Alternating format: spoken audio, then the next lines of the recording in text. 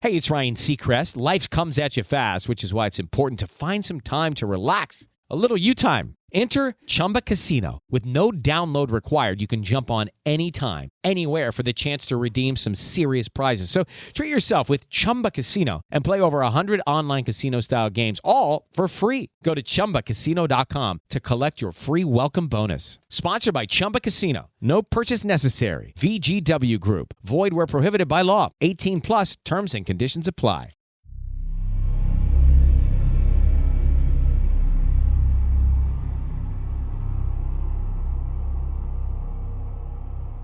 Regresamos al lado oscuro con un especial de 3 nuevos episodios que nos pondrán los pelos de punta, donde exploraremos los rincones más sombríos de la mente humana. Y todo gracias a vosotros, amigos oyentes, que tras el último episodio sobre Steven Plowder, el padre asesino, he recibido muchos mensajes, preguntas y una inquietante curiosidad por conocer más. La petición fue clara, no podía dejarla pasar. Un especial sobre aquellos padres que, por razones incomprensibles, decidieron borrar a sus propias familias de la faz de la tierra. En este ciclo de horror nos sumergiremos en las mentes de estos hombres, algunos de los cuales siguen desaparecidos, como si la oscuridad los hubiese tragado por completo. Casos que desafían toda lógica, en los que el amor paternal se convierte en una brutalidad insondable. En el canal de La Cara del Mal tenemos el episodio número 12 de Jean-Claude Roman, El parricida mentiroso, un hombre cuya vida parecía perfecta, pero cuyas decisiones realmente absurdas lo llevaron a cometer unos crímenes atroces desintegrando a toda su familia. Os invito a escucharlo. ¿Cómo alguien llega a la conclusión de que una extrema decisión como esta es la única salida? Nos adentraremos en los porqués, en los giros inesperados de su mente y la perturbadora forma en que la mentira y la desesperación pueden corromper incluso los lazos más sagrados. A lo largo de estos 3 episodios traeremos más casos escalofriantes, donde el rostro de un padre se transforma en el monstruo y donde lo impensable se convierte en realidad, que lleva a un hombre a perder toda humanidad. ¿Qué sucede en su interior cuando decide que la vida de su familia no tiene valor alguno? Nuestros protagonistas, figuras que parecían ser personas normales, queridos por su comunidad, queridos por su familia, cometieron crímenes tan espeluznantes que casi es imposible de creer. Asesinaron a sus propias familias con una frialdad desconcertante, pero lo más aterrador de todo, que después de sus actos continuaron con sus vidas. Algunos no se sabe a día de hoy dónde están, y otro fue encontrado después de años de una forma sorprendente. Pero eso ya os lo contaré. A lo largo de este ciclo de episodios veremos los detalles de estas historias reales, donde la maldad se camufla tras sonrisas, promesas y apariencias engañosas. Este será un viaje que no se va a poder entender, que va a ser difícil de emprender, pero os invito a acompañarme, descubrir qué se esconde detrás de la fachada de la normalidad. ¿Os atrevéis a acompañarme en este escalofriante episodio? Soy Silvia Black y esto es La Cara del Mal.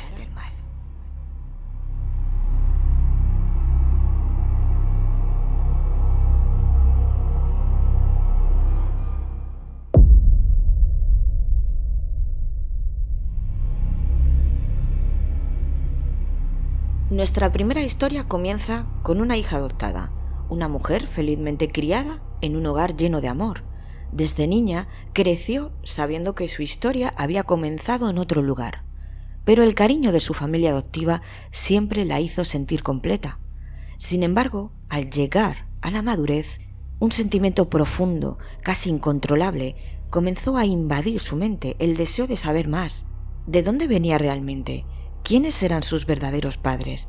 ¿Qué secretos ocultaba su origen?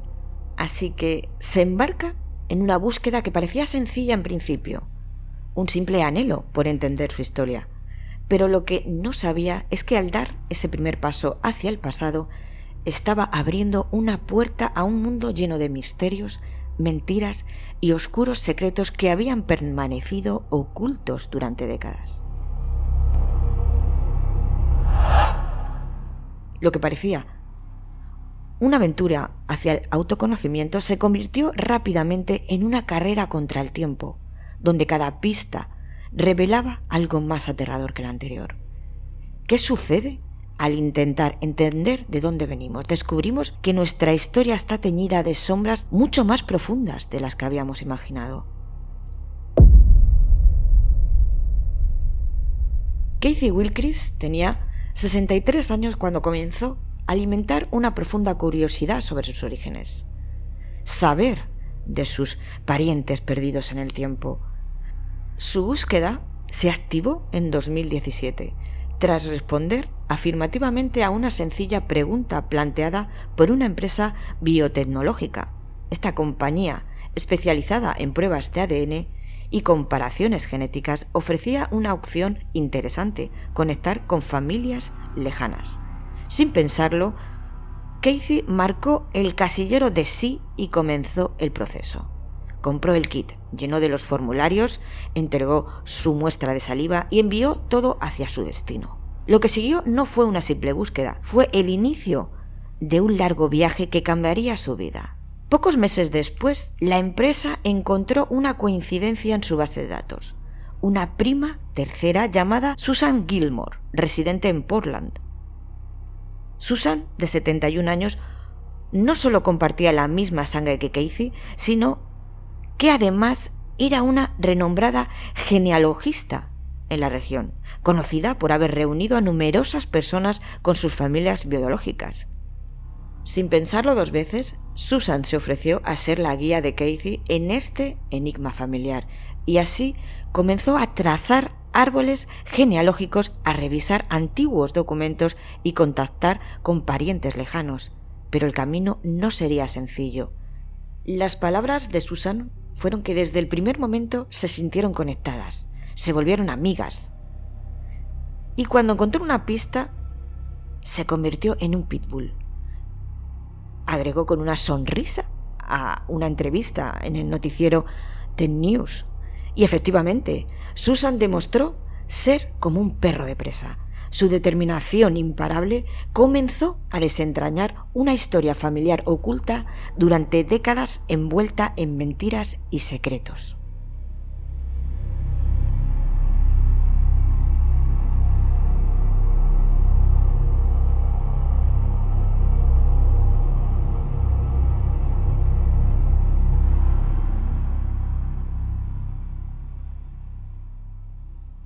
El primer gran hallazgo de Susan Gilmore fue descubrir quién era la madre que había dado a Kathy en adopción en 1957. Tras meses de investigación, identificó a una joven de Maine, quien a los 17 años tuvo una hija y, por circunstancias que aún no comprendía, entregó a Kathy en adopción antes de separarse. Fue un periodo breve pero turbulento, dejando huellas profundas. Kathy, por respeto hacia sus hermanos y para proteger su privacidad, optó por no revelar el nombre de su madre. Pero el verdadero desafío estaba por venir: encontrar al padre de Kathy. En su acta de nacimiento, la madre había inscrito un nombre falso. Para Susan, los desafíos solo alimentaban su pasión. Con paciencia y meticulosidad comenzó a juntar las piezas del rompecabezas familiar, sabiendo que la clave estaba en los secretos del pasado, en esas historias olvidadas u omitidas. Tardaron más de un año en descubrir qué parte de la familia era de la de Kathy. Había docenas de posibles padres. La pista clave surgió de un obituario de un pariente distante encontrado gracias al ADN.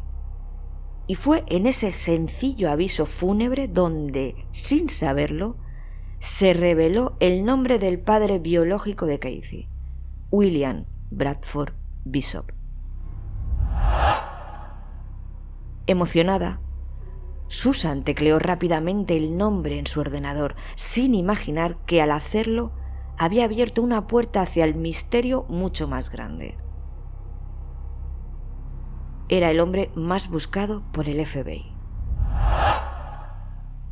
Susan continuó su investigación y lo que descubrió en Internet fue tan surrealista que casi no podía creerlo. William Bradford no era un hombre común. Era nada más y nada menos que uno de los 10 criminales más buscados por el FBI. Verificó la información una y otra vez y todo coincidía. El shock la hizo tomar aire y con una mezcla de incredulidad y valentía decidió llamar a Casey. Su conversación fue esta: tengo novedades para ti, pero creo que sería mejor que estuvieras sentada cuando te lo escuches. Temiendo la reacción de su prima, Casey, curiosa y algo divertida, le respondió: ¿es alguien famoso? Con un toque de humor negro, Susan titubeó antes de contestar: sí, lo es. Y entonces, con voz seria, reveló el impactante secreto, el nombre de su padre. Tu padre es William Bradford Bishop. A partir de ahí, las explicaciones se sucedieron.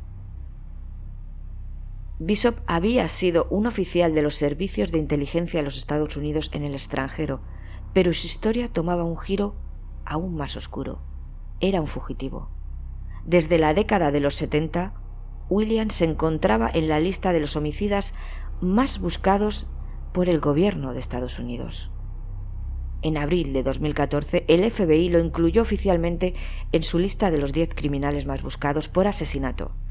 Estuvo allí hasta junio de 2018, cuando otros delincuentes tomaron el lugar, pero su nombre nunca dejó de ser sinónimo de misterio. Pero la pregunta persistía: ¿por qué estaba siendo buscado? ¿Qué había hecho?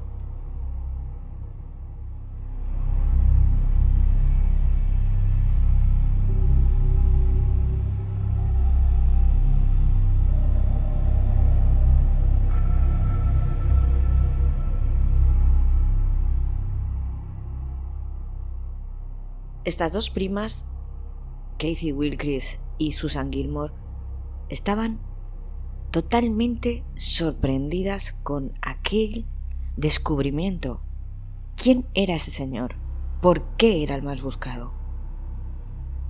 Empezaron a investigar y en internet encontraron toda su vida. William Bradford Bishop nació el 1 de agosto de 1936 en Pasadena, California, hijo de Lobelia y William Bradford. Creció en un hogar que, sin saberlo en ese momento, solo sería el primer capítulo de una historia llena de destinos cambiantes y una vida llena de misterio. Desde joven se mostró interesado en el mundo que lo rodeaba. Lo llevó a asistir a la South Pasadena High School, donde destacó por su capacidad intelectual. William no tardó en embarcarse en una carrera académica que lo llevaría mucho más allá de las fronteras de California. Tras graduarse en la escuela secundaria, continuó con sus estudios en la prestigiosa Universidad de Yale, donde se especializó en historia, obteniendo su licenciatura en ciencias en 1959, pero su curiosidad no se limitaba a las aulas de Yale. Más tarde continuó su formación con una maestría en estudios internacionales en Middlebury College.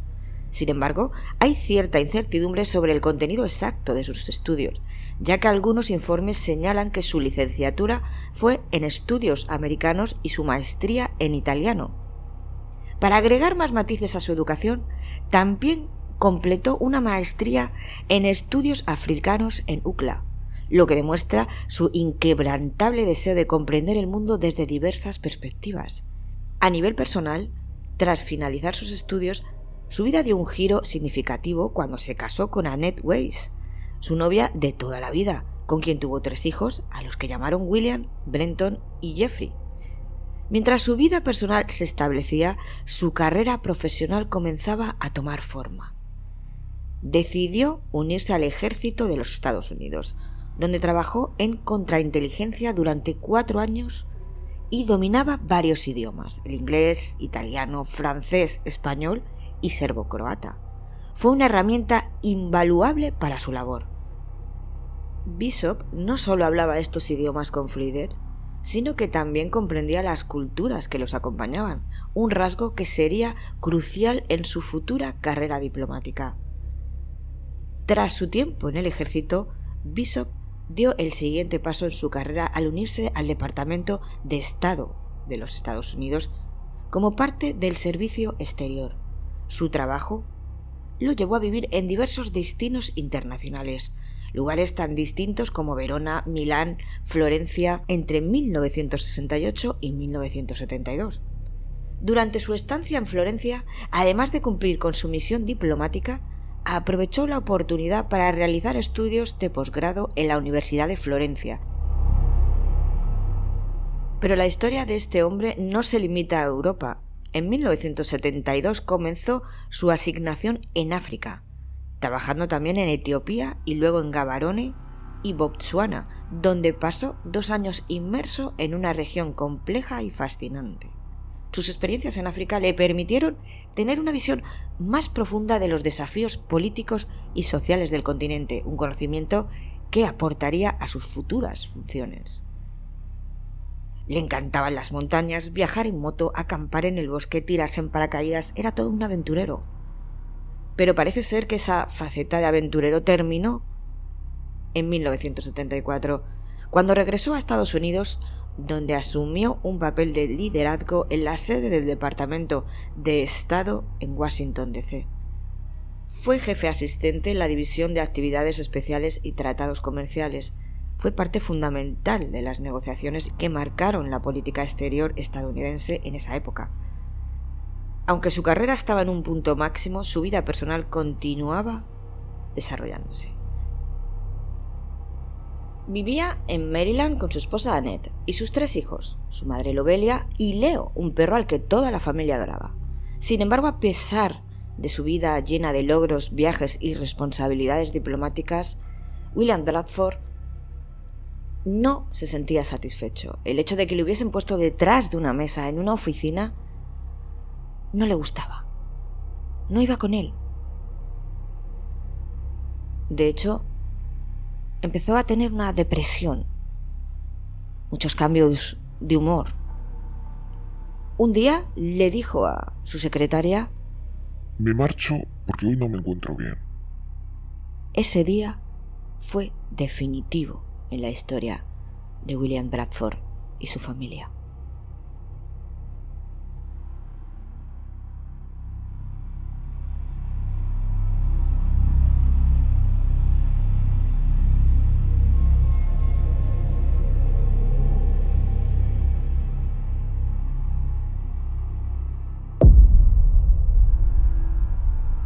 El día que cambiaron las vidas de William Bradford y su familia fue un lunes 1 de marzo de 1976.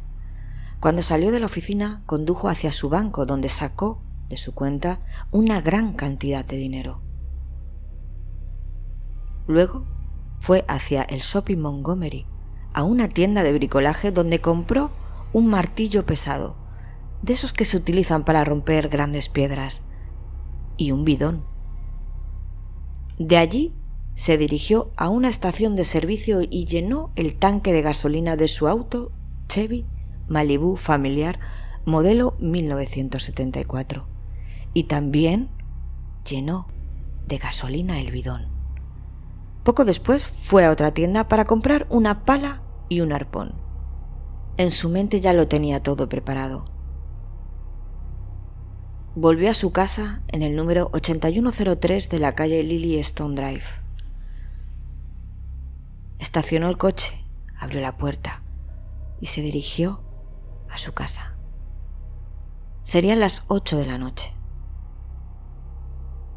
Desde aquí os cuento las suposiciones derivadas de los peritajes de los especialistas en escenarios criminales. La primera en estrenar el pesado martillo fue su mujer Annette. Estaba sentada en un sillón leyendo, sin enterarse de la presencia de William, sin mirarla a la cara.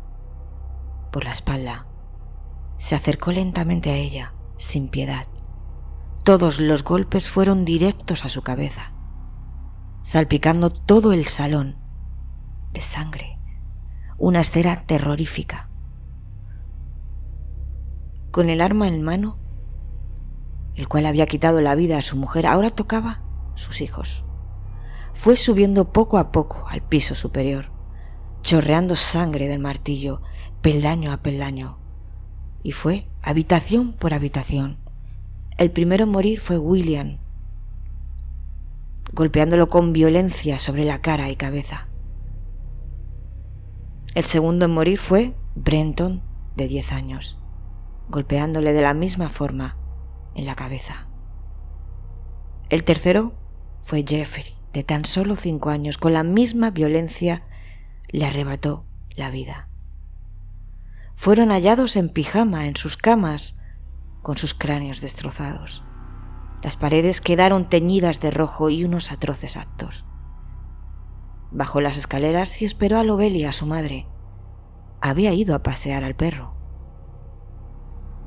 La mujer entró en casa sin saber lo que la esperaba. Su hijo, con el martillo ensangrentado de haber asesinado a toda su familia, golpeó a su madre directamente a su cara, desfigurando su rostro en un segundo. La mujer cayó al suelo.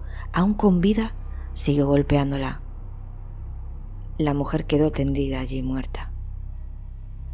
Al perro, Leo, le dejó con vida.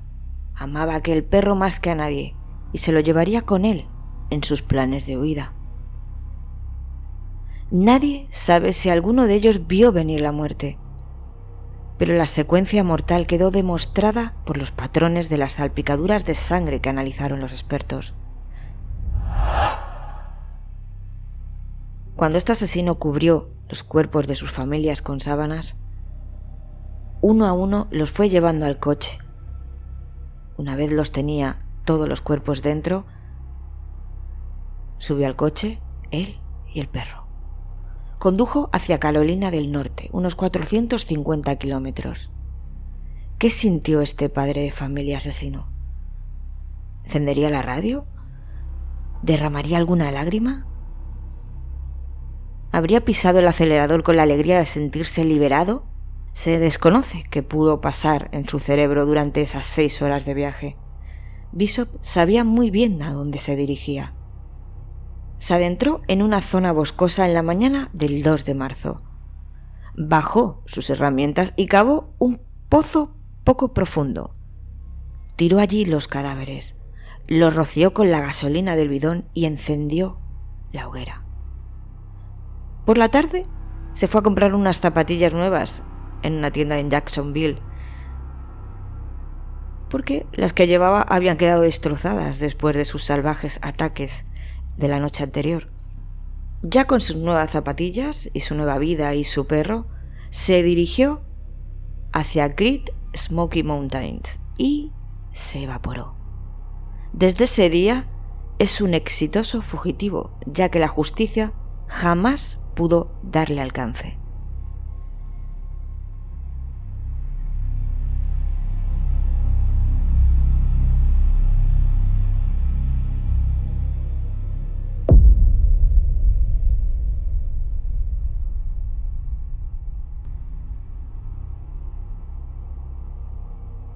El mismo 2 de marzo, mientras William hacía compras, un guardabosques detectó humo en una zona de bosques que debía controlar. Dio aviso a la policía local. Había pocas pistas y muchos restos para identificar. Esa horrorosa pila de restos de cuerpos tenía una particularidad. Algunas etiquetas de la ropa que había sobrevivido al fuego se veía de que eran de prendas muy caras de negocios en Maryland. La pala que se encontró en aquel lugar también pertenecía a una tienda de la ciudad, pero increíblemente la policía no tenía reportes de gente desaparecida. La ausencia de información creíble y de denuncias sería vital para la exitosa huida de Bradford. Pasaron 8 días hasta que alguien se dio cuenta de que la familia no estaba en su casa. El 10 de marzo, un vecino llamó a la policía. Dijo estar preocupado porque no los veía desde hace muchos días. Así que el teniente Joe Sargent fue quien llegó a la casa y junto con el vecino se acercaron a inspeccionar. En el mismo porche de la entrada se observó sangre. Abrió la puerta y el reguero rojo oscuro continuaba por todas partes. Siguió el rastro hasta las habitaciones. El desastre estaba estampado en el suelo, en las paredes y hasta en los techos de los dormitorios. La escena era diabólica. Pero ¿dónde estaba la familia Bishop? Las autoridades conectaron sin mucho esfuerzo la sangre en la casa de los Bishop con el hallazgo siniestro de los cuerpos quemados en el bosque. Solo tenían que comprobar las identidades. El 18 de marzo, el coche de Bishop fue descubierto en un solitario campamento en Elmwood, en el Parque Nacional Great Smoky Mountains, a 640 kilómetros de donde habían sido hallados los cadáveres de la familia. Dentro del coche había una manta ensangrentada, galletas para perros, un hacha, un martillo, la medicación de William y su equipo para afeitarse. El coche estaba repleto de sangre. Poco después, los restos calcinados de las 5 víctimas fueron reconocidos por sus registros dentales. Al día siguiente del hallazgo, un gran jurado acusó a William Bradford de 5 asesinatos en primer grado y le imputaron también cargos federales por evadir el proceso. Juzgado en ausencia, fue declarado culpable. Un artículo publicado en 1977 por The Washington Post aseguró que no había evidencia alguna de casos de infidelidades, problemas financieros o laborales, por lo menos no de la envergadura para semejante acción de asesinar a tu familia. Los motivos nunca pudieran ser esclarecidos, pero algunos investigadores dijeron que William podría haberse sentido bajo extrema presión en ese momento de su vida, aunque también se aclaró que no creían que hubiera asesinado a nadie más, ni antes ni después de haber asesinado a toda su familia.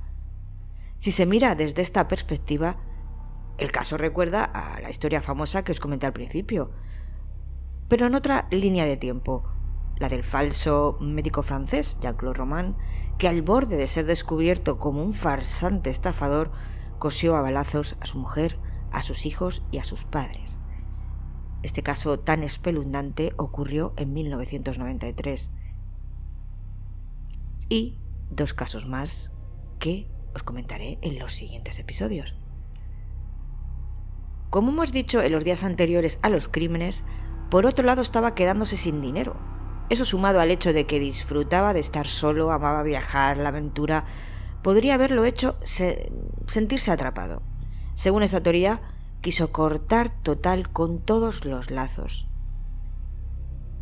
Además, William, que sufría de insomnio extremo, había estado bajo tratamiento psiquiátrico por su depresión. En el momento de los crímenes estaba medicado con oxazepam para su gran ansiedad. Su respuesta a las presiones puede haber sido matar a todos y empezar de nuevo. El agente especial a cargo del FBI en Baltimore, Stephen Bogg, cuando su nombre fue añadido a los más buscados del FBI, explicó que la carrera de Bishop había despertado tensiones maritales. Él no quería estar sentado en una oficina, prefería moverse de lugar en lugar. Pero Annette había optado por dejar la vida de ama de casa y había empezado a estudiar arte en la Universidad de Maryland. El hecho de que él quería a lo mejor mudarse, pero su mujer empezó a estudiar en la universidad, esto le chafó un poco sus planes. Y ese día decidió acabar con ellos.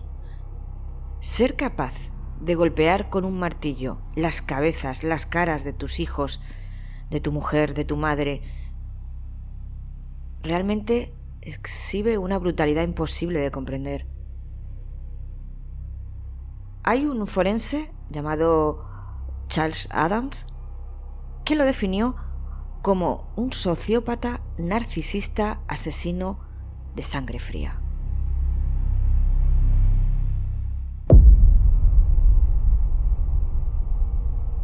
William Bradford Bishop desapareció como una sombra que se desvanece en la niebla, llevando consigo su pasaporte diplomático. Se adelantó una semana a las autoridades, y esos días fueron suficientes para escapar del país sin dejar rastro. Como experto en inteligencia militar, había sido entrenado para evadir cualquier intento de captura. Desde 1976 las apariciones de este asesino se habrían registrado esporádicamente en diversas ciudades de Europa. En Italia, en Bélgica, Gran Bretaña, Finlandia, Países Bajos, Alemania, Grecia, Suecia, Suiza y España.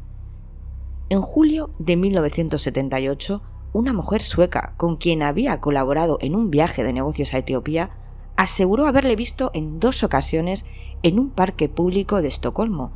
Estaba convencida de que era él, pero no lo denunció. Esta mujer desconocía que Bishop fuera buscado en Estados Unidos por los asesinatos de su familia. En enero de 1979, un ex colega del Departamento de Estado, Roy Harrell, lo reconoció en unos baños públicos en Sorrento, Italia. Bishop lucía con una barba sucia y un aspecto muy deteriorado. No pasaba desapercibido para Harrell. Al mirarse a los ojos, este no dudó en preguntar: «Oye, eres William Bradford, ¿no?». Este hombre le exigió que le acompañara a Roma para entregarse a la policía, pero William, con el rostro marcado por el pánico, huyó antes de que Harrell pudiera hacer nada para detenerle. En el otoño de 1992, los investigadores hallaron una antigua carta que revelaba que Bishop había intentado sobornar a alguien para que cometiera los crímenes que se le atribuían. La misiva provenía de Albert Kenneth Banscott, un convicto por robos a bancos. El 19 de septiembre de 1994, en la estación de tren de Basilea, Suiza, un hombre que había sido vecino de Bishop en Maryland reconoció al fugitivo y lo denunció a las autoridades. Describió al hombre como bien vestido y aseguró haberle visto subirse a un coche, pero no antes de corroborar su identidad. En 2010, las autoridades llegaron a la conclusión de que Bishop podría estar viviendo tranquilamente en Suiza o Italia, trabajando como profesor de lenguas o tal vez involucrado en redes criminales. Aunque muchos cadáveres fueron atribuidos a William Bradford, todos los cuerpos fueron sometidos a análisis de ADN y huellas dactilares. Cada uno de sus informes fue descartado. En 2014, las autoridades finalmente admitieron que quizás llevaba una vida tranquila en los Estados Unidos sin que nadie sospechara de su presencia.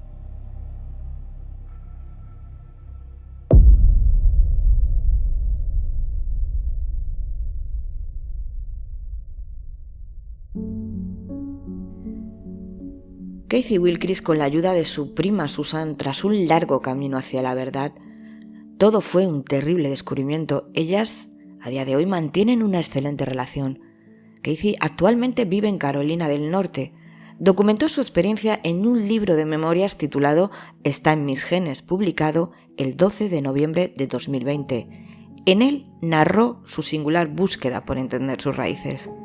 Por el lado materno también hubo revelaciones sorprendentes. Ella fue la primera bebé que su madre biológica entregó en adopción. La mujer, tras dar 3 hijos en adopción, volvió a casarse y tuvo 3 más, aunque guardó un silencio absoluto sobre su pasado. Kathy, por su parte, logró localizar a sus medio hermanas, pero tuvo que pasar 6 largos meses tratando de convencerlas para que hablaran con ella.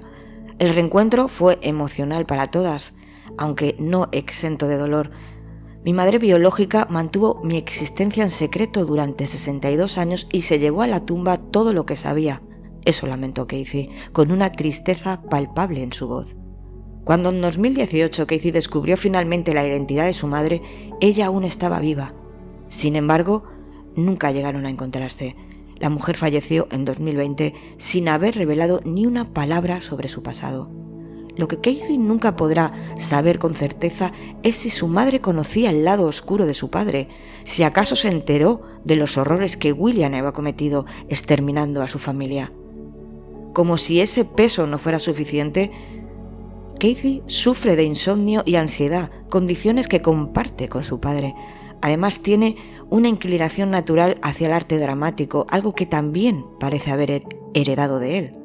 Cuando le preguntaron en una entrevista si querría encontrarse con su padre, si algún día lo hallaran, ella respondió sin titubear: sí, pero solo bajo ciertas condiciones, en un lugar supervisado. Hoy, William Bradford tendría 88 años y su captura ya no es prioridad para el FBI. En su búsqueda, Casey no encontró a un hombre paterno a quien pudiera amar, sino a un ser desalmado, responsable de arrebatarle la vida a los hermanos menores y a una abuela que nunca llegó a conocer. Al final, la ausencia de este padre que tan profundamente la marcó, tal vez haya salvado su vida.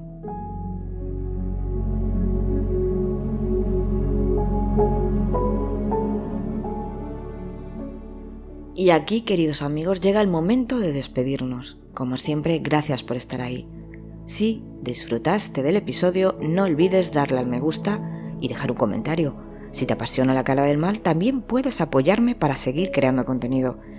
Te invito a visitar mi página web, lacaradelmal.com, donde también puedes encontrar todos los episodios completos, fotos de los casos, información ampliada, vídeos y mucho más. Gracias por acompañarme en esta aventura, os deseo unas felices fiestas y nos encontramos en el próximo episodio de La Cara del Mal.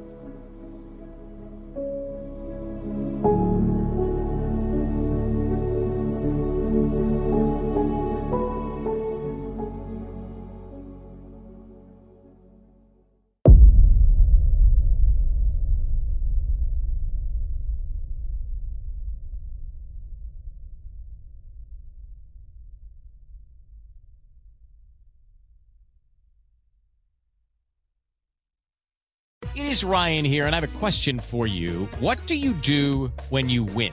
Like, are you a fist pumper, a woohooer, a hand clapper, a high fiver? If you want to hone in on those winning moves, check out Chumba Casino. Choose from hundreds of social casino-style games for your chance to redeem serious cash prizes. There are new game releases weekly, plus free daily bonuses. So don't wait. Start having the most fun ever at ChumbaCasino.com. Sponsored by Chumba Casino. No purchase necessary. VGW Group. Void where prohibited by law. 18+. Terms and conditions apply.